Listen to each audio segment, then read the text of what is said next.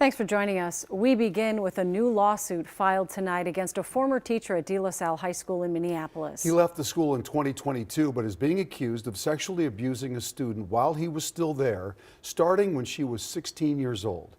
He is not charged with a crime, so we are not naming him.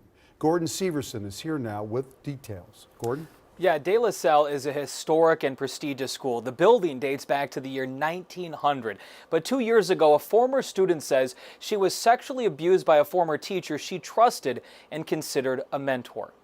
Grooming is a long process. Andrew Kaler is the executive director of the Central Minnesota Sexual Assault Center. He isn't connected to this specific case involving a former teacher at De La Salle High School, but he is very familiar with the term attorneys used multiple times in the case: grooming. They'll start to establish a relationship with the victim.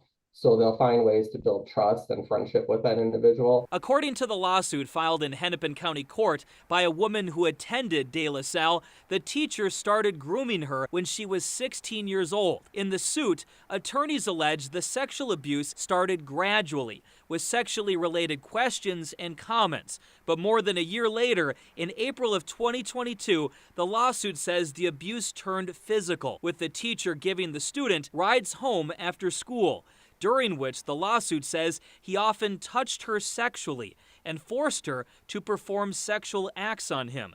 The lawsuit says some of this abuse also happened on school property. Youth are taught to respect adults, to be nice and polite, and especially if they're in a position of authority like a teacher in this instance.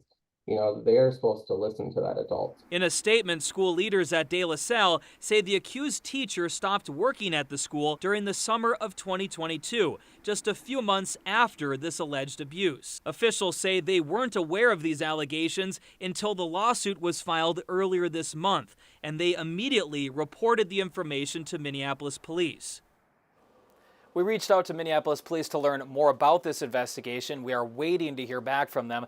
According to the school officials did perform a comprehensive background check on this teacher when they hired him back in 2020. They say they did not find any criminal violations on his record. Back to you. Thank you, Gordon.